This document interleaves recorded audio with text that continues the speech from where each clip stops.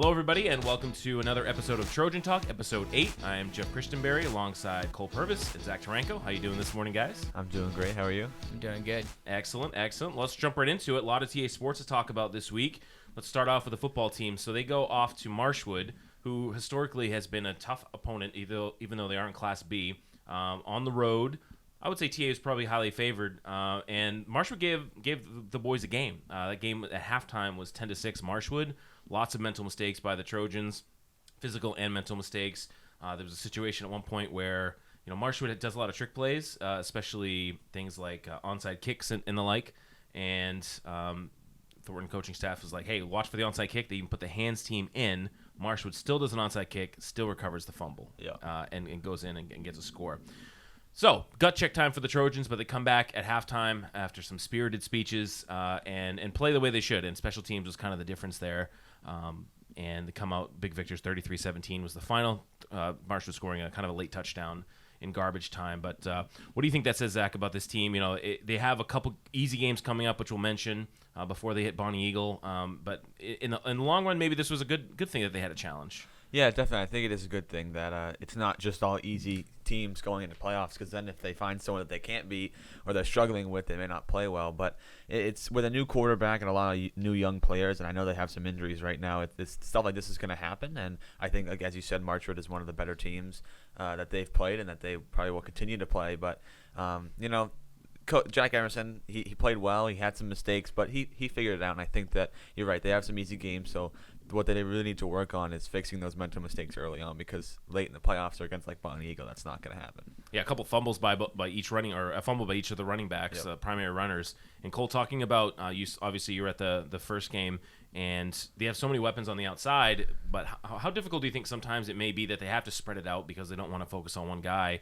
But especially in a game where it gets tight, you got to figure out which guy to go to. What do you think they're going to do to try to figure out which weapons they're going to go to in what situations? Yeah, it was tough because Bryant got hurt in that first half, and the first half might have seemed like a disaster with the fourth down shovel pass for a touchdown and the onside kick and the fumbles, but we were only down 4, which shows you how good of a team we are.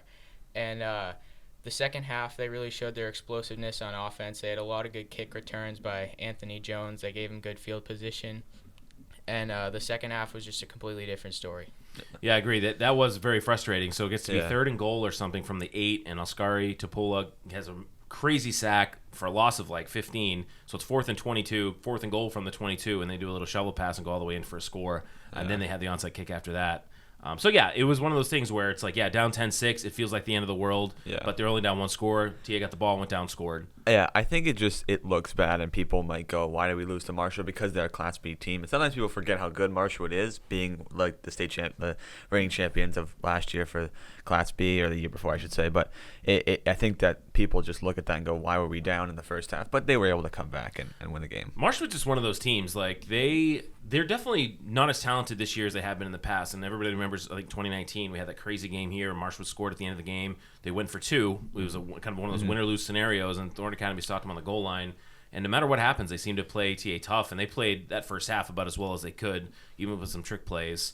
But in general, Cole, what do you think about how that challenge will help them for the rest of the season? And let's assume that Bryant's out for however many weeks. We don't obviously know any of that information, but how do you think they can respond, especially as they come up with Lewiston and then Bangor back-to-back, which honestly should be pretty easy games on paper?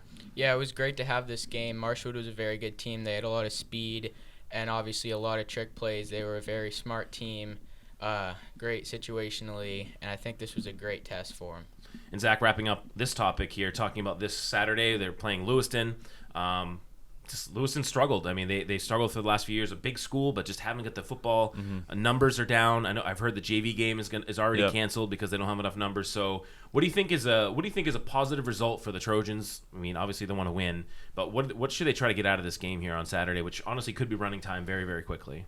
I think they should work on things that didn't go well for them against Marshwood, because, as you said, Lewiston, I think even before the season, was known to not be a very tough opponent, and they're going to have a lot of time to practice and maybe put in some younger guys and and figure out the new wide receiver kind of situation with no Bryant. But I think that using the Lewiston and Bangor games to practice and get ready for like the Bonnie Eagle or Scarborough or even the playoffs is exactly what they should do. All right, moving on now to field hockey. We're going to focus a little bit on field hockey today. Let's talk about last night's game. On Monday, Thornton Academy played Falmouth, the Falmouth Navigators, new name, and go up 1-0, and then lost the lead, and then lost in near the end of double overtime. Zach, you called that game. Just give us a quick overview of how that game went. Falmouth put up a tough test, and looked like TA was going to sneak out with a victory, but it just didn't work out. Yeah, Thornton played really well, and I think that going into the game, I wasn't expecting much. I knew Falmouth was really good, and I knew that they had more wins. They're a better team. They're a lot more experienced, and from last year, the scores that the Trojans were losing to or winning to were really high-scoring games, and so for it to be 0-0 or 1-0 Thornton at halftime, but really the low-scoring game, most of the game was pretty crazy. But yeah, the corner hit late in the game, Falmouth ties it, and then the double overtime score, which I think it was a little iffy, if you can't hit it with your foot into the goal, and it didn't seem like it went off someone's stick, so I'm not sure what happened there. But I think the Trojans played up until the end. I think that even though they are, 1-3 now, they've played some spectacular teams, so they just need to keep pushing through. There's still a lot of games left. Yeah, and if you look back at the live stream on Facebook, the TA Facebook page, it's tough to tell. Yeah. It definitely looks like it goes off the Falmouth girls' foot or shin. Their stick is kind of in the general area. The referees, there's only 2 refs and not in a great position all the time, so tough loss there for the Trojans. But we're going to talk now to Mary Lemoine, who's a player on the field hockey team. This was recorded before that Falmouth game, so we don't really talk about that, but we'll learn a little bit more about field hockey from her. So here is the interview we had with Mary Lemoine. All right, well, this is our first guest of the new school year, Zach. We are going to be featuring the field hockey team. So we have Mary Lemoine here with us, who plays defense for the Golden Trojans. How are you doing today? I'm good, thank you. Excellent. So let's just get right into it. So first, let's just talk about what the preseason was like. So last year, obviously, every sport had a little bit of different experience. Field hockey got to play a little bit more than some others, but still, it was not a normal season by any stretch of the imagination. What was it like coming back this year, starting from scratch, with players, a lot of them who haven't played really much in 2 years? What was that like? It was kind of a lot. It was a little stressful at first. A lot of people, I think, were really worried about coming onto a team without much experience. And for a lot of us, it's the first time that we've really played together. But I think, after preseason, after all that, I think we've gotten pretty close as a team, both varsity and JV, all together. I think it's a pretty good community. All right, so let's talk about team chemistry. Now, how do you build team chemistry, not only because you guys had basically a year almost totally off, but also in COVID, and you want to be safe and respect everybody's boundaries? What have you guys done to try to build a team chemistry? I think it's really helpful with the weather and everything. We can do everything outdoors pretty safely. So within the season, all the teams, not all, both, really practice together. So we all know each other pretty well. We try to do a lot off the field too, like spags and stuff like that. Most of the time, that's a great place for people to really talk and connect without the pressure of having to be actually playing, and there's not really any stakes. So I think that's been really great for us as a team. And by spags, you mean spaghetti dinners, right? Yeah. Yeah. Sorry. Okay. No, you're good. I thought that's what it was, but then I was just trying to think about it because my sister used to play soccer, and I think she used to go to those. But yeah, he was talking about team chemistry, and one of the things you see is that both of the goalkeepers are relatively young. One's a freshman, one's a sophomore. Is there any inexperience in any positions really on the team that is where it's something where other parts of the team are having to kind of pick up for that, or does it seem to be very well chemistry-wise? I think people are doing really well. There's a few people who haven't played in a year, 2 years. There's some people it's their first time ever playing field hockey, but everyone is doing a really great job of just making sure that they're doing what they're supposed to be doing and not really having anyone pick up their slack, just really trying to, bring the team together and work individually towards a goal. Let's talk about Coach Smith for a little bit. Very well known on campus, has been here. I actually had her as a teacher. Let's just say that. So we're not going to reveal her age on that one, but I had her for sales and marketing way back in the day. As a coach, though, she's obviously very animated on the sideline, but definitely preaches team chemistry part, because that's what she was all about when she was a player as well. So what is it like to play under her on a day-to-day basis, whether maybe on a day that you guys just aren't practicing well or aren't playing well? How does she push you guys to succeed? It's definitely always a little scary. You don't want to disappoint her, anything like that. But I think she does a really great job of trying to make sure that we know we're not bad. We're just maybe having like an off day, and we're trying to adjust and fix things. And it's not like, oh, like we're just an awful team. We've just, we've got to shift. We have to make sure that we're doing something. And she's really constructive on those days. Excellent. Yeah, so obviously you guys didn't have, at least a normal season last year, and finally being able to have one this year, being one of the few seniors on the team. Is it, when you learned that you were going to have a full season and it wasn't going to be, or hopefully at least right now, isn't going to be change at all, was there any like special feelings knowing that you're going to have a full senior season? Almost a little bit of disbelief. I didn't want to get my hopes up too high and then like have it pulled out from underneath. But it's a weird feeling because last year, last year and the year before kind of blend together. So it's weird because I don't really remember a lot of what happened last year during field hockey even, because it's such a short period of time. So to come back, I was also like a little like, ooh, like, am I going to remember how to hold a stick? It's interesting you mentioned that, because in trying to prepare for some of these interviews with the players, I'm trying to think like what happened last year, because we live streamed every home game or match or whatever, but it just didn't seem real, because there's no fans in the stands, obviously. Just going off field hockey for one question here, just being back as a student, seeing the halls full of life again, seeing the CAF full of life again. Yes, wearing masks obviously during school day. What has that been like coming back and having a fairly normal couple of first weeks? It's been hard a little bit. It's weird to be back in the classroom and kind of still feel like not everyone is really there with the masks and everything. I feel like last year a lot of people aren't maybe participating as much as they would have, and the lunch line is way longer now. But it's good just to like see people and to interact with people face to face mostly, and feel like I'm actually part of a school and not just like a class. Yeah. Obviously, with the new season, parents are allowed and family members are allowed to come to the games. Is there anybody special that wasn't able to come that's going to be able to come for your games, the home games this year? I have two older brothers, and they both live different states and everything. So I'm hopeful that they'll be able to come to at least one or two of them. So that's nice, just because they can travel between states safely again, and to come to my game is such like a little thing that feels a lot bigger now. So let's start the season. You guys have a couple of losses, but also one big win as well. What do you think is the biggest factor going forward, looking at the rest of the schedule, and it's basically a full schedule? Like, what do you guys need to do to take the next step up and make a deep run in the playoffs? I think we really need to get better at just being comfortable with each other, just communicating on and off the field. It's hard, it's the beginning of the season. We're still getting to know each other all and our positions and how we play. And I think once that kind of clicks, it works really well. I think it's just a matter of, practicing and, spending time together to really figure each other out. Pre-game, I want to talk quickly about pre-game music, because we hear, doing a lot of live streams, we hear a lot of pre-game music. Different sports have different kind of themes.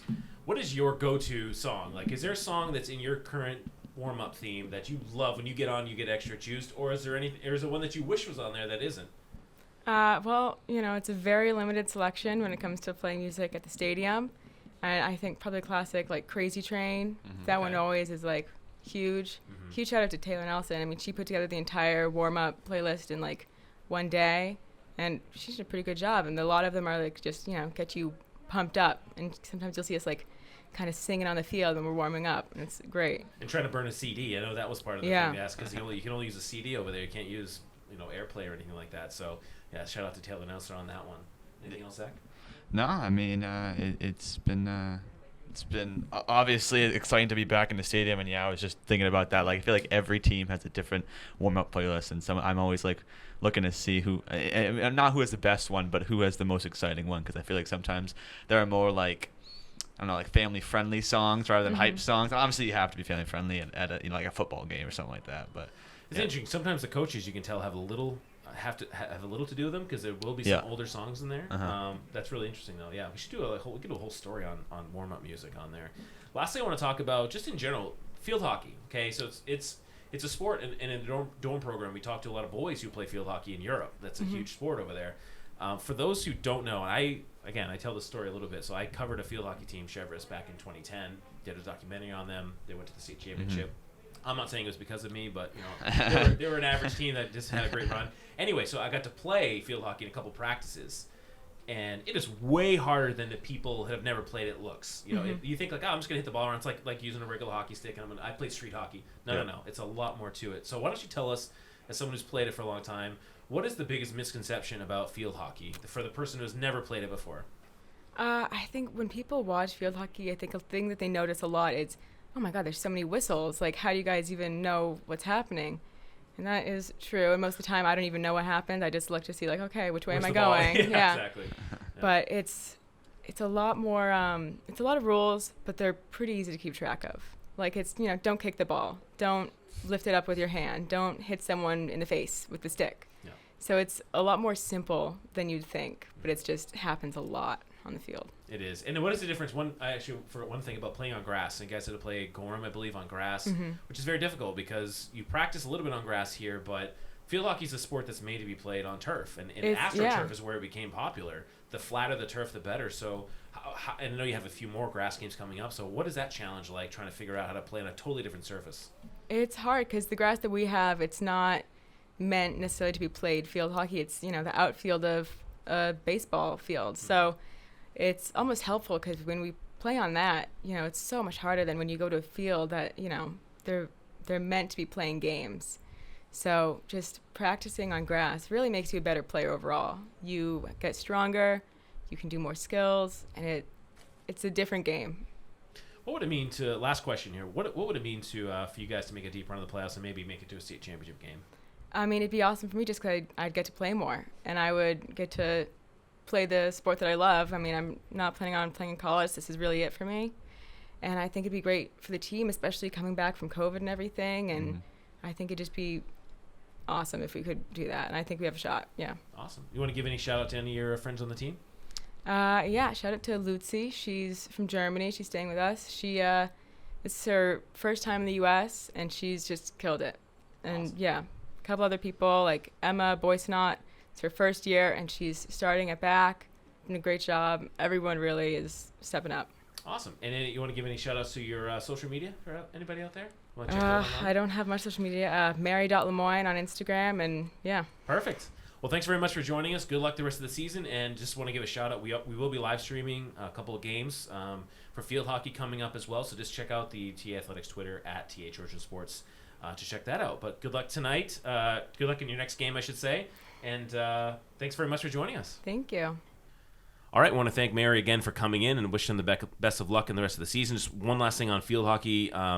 We saw overtime rules last night, 7-on-7. Again, opens up the field quite a bit.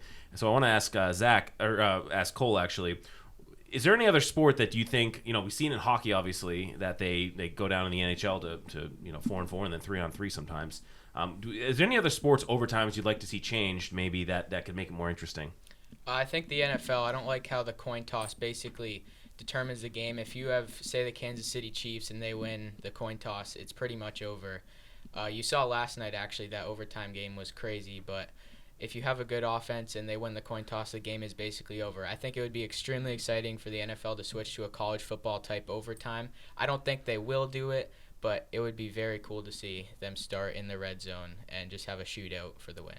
Nice. All right. Now let's move on now to volleyball. So we haven't talked too much volleyball yet. We're going to be having some more information coming up. So Cole, why don't you give us a little update on what the volleyball team is up to so far this year? The volleyball team is 1-0. They won against Deering in their first game, but then they lost the other day against Gorham. It was 3-0. You played 3 sets in high school volleyball, but the last 2 sets were really close. The second set they lost 25-23, and the third set they lost 25-21. So.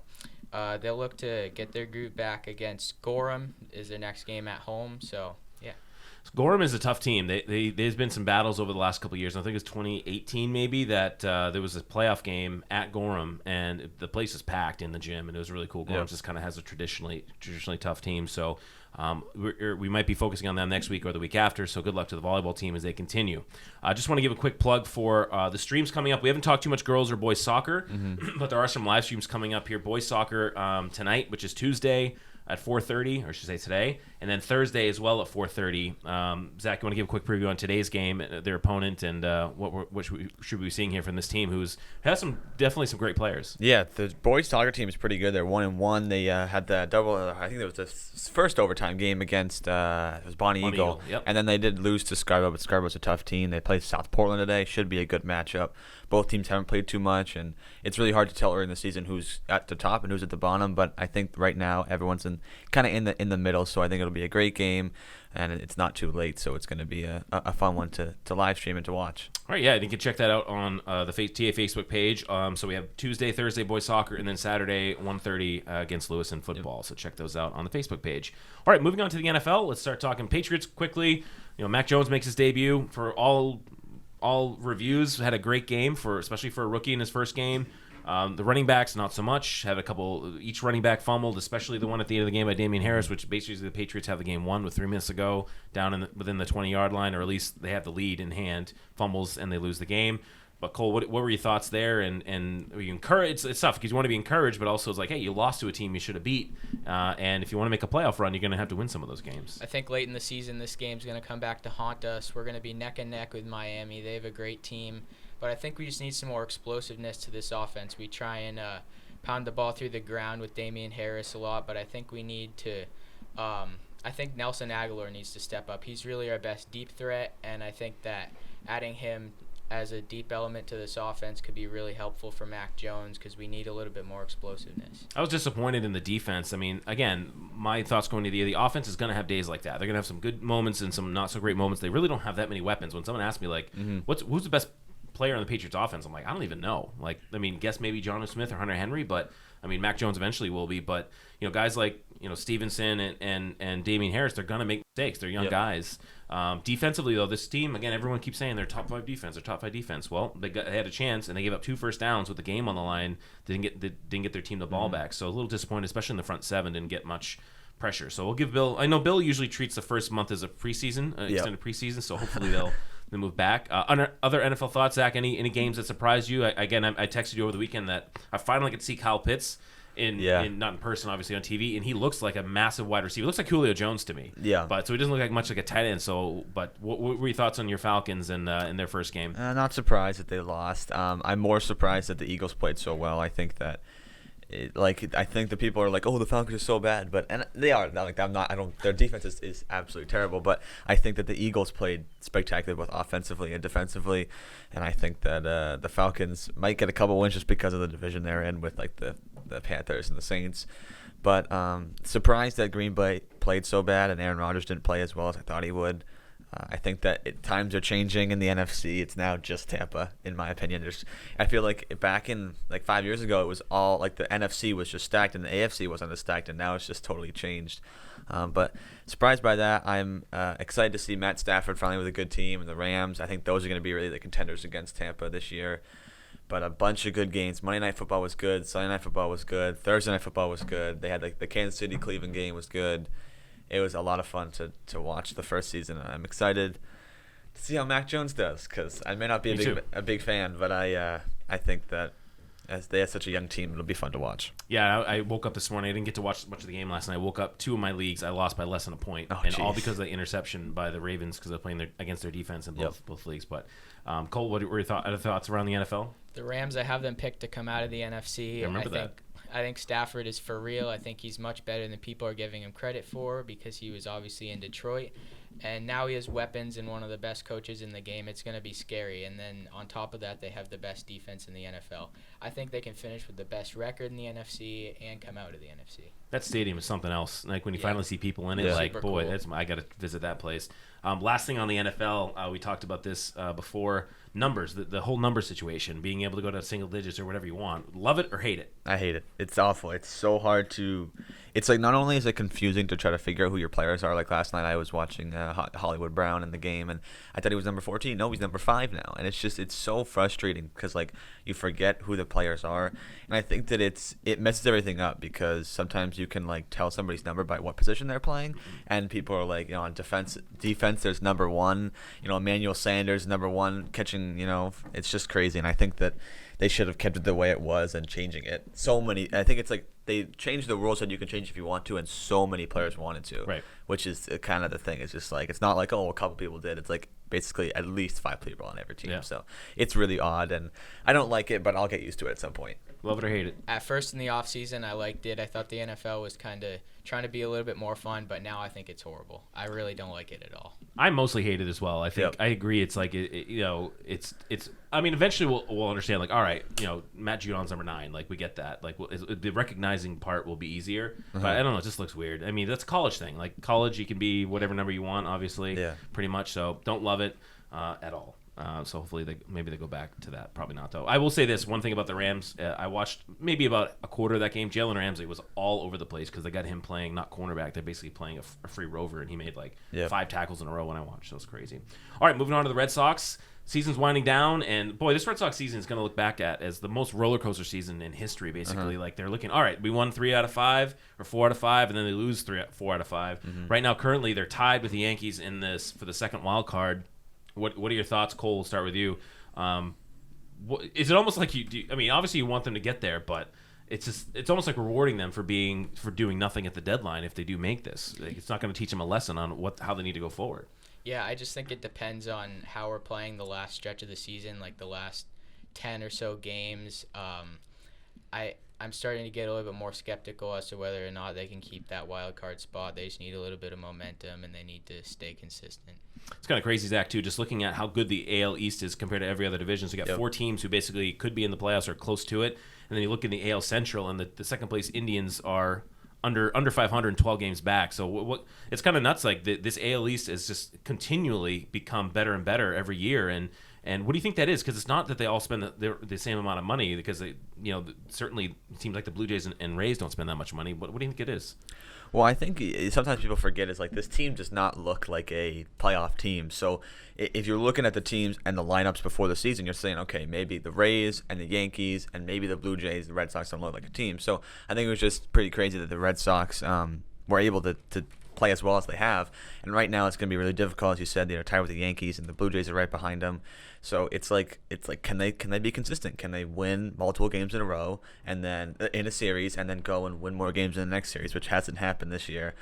But COVID has hit them, and that's been a struggle. But we'll see right at the end of the season. I think it'll be fun to watch them if they make the playoffs as like a miracle team. Like a miracle team. Yeah, because they've had those before where the team was not great and just made a run in October. But I just don't see it on this team. Okay, so kind of our last topic of the day. We're just going to go off the rails a little bit and talk about teachers here at TA. I want you to give a shout-out to your favorite teacher so far at Thornton Academy. Now, you guys have only been here for a couple of years, maybe a little more, and obviously 30. The teachers this year maybe don't know as well. But who's the teacher that sticks out for you? Zach, we'll start with you.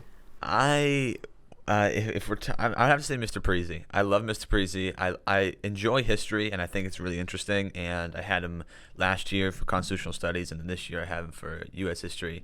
And it's really interesting, and he's really good at, when everyone's being quiet, everyone's tired, he's getting the energy back in the room, and he's really nice, and I really, really enjoy his class. I think he's a fantastic teacher. The energy is a big thing, and having taught for 10 years until this year, it's hard sometimes. You come in, and especially first block and last block is – last block on Friday, the last thing you want to do is like be all energetic. But that's if the kids are if you get it's reciprocal. You give your energy and usually get energy from the kids back. Except for last year, that was that was a different hard. year. Yeah. Cole, what about you? I also like history. I would say Mr. Charland. I really liked him last year. He also has a lot of energy. He does, yes. It was interesting when I walked around and took photos for the parent night last week, meet the faculty, and I went into, I don't know, maybe 10 classrooms, and it was fascinating the differences that some teachers had. Some teachers were really just like informal, conversational. Mr. Charlotte was up there. He had like his PowerPoint going, talking about the syllabus and everything, which is just really funny. I just want to give a quick shout out. Again, it's odd because I went to school here and now I work here and get to see some of the teachers and get to know them on a personal level. But Senor Thompson, I had him for 2 different years. I have him this year. Yeah, he's an amazing teacher. First of all, he's aged incredibly well. He looked exactly the same as when I had him 25 years ago, probably. But just really fascinating. If you have him, he does tons of traveling. Him and his wife, who's also a teacher here, They go to all different countries that speak Spanish all around the world. So if you're ever interested in learning about Machu Picchu or Mexico or Spain, they've probably gone there in the past. So, but for the first couple of years, I still had to call him Senor. I couldn't call him by his first name because it's just, you get used to that. So, all right. Well, that's going to do it here for this episode of Trojan Talk. Thanks for joining us again. Our socials are at TA Trojan Sports on Twitter, Thornton Academy Trojans on Instagram. We also have a TikTok at Thornton Academy. The YouTube page, which we're posting a lot of new content on the YouTube page. That's youtube.com/TATVSago. And, of course, the TA Facebook page, facebook.com/Thornton Academy. Make sure you check out the boys soccer live streams today, Tuesday, and Thursday at 4:30, and the football game on Saturday. And then next week we'll also have some more live streams for girls soccer. All right. Anything else, guys? Nope. All right. Thanks very much, and have a great day, everybody.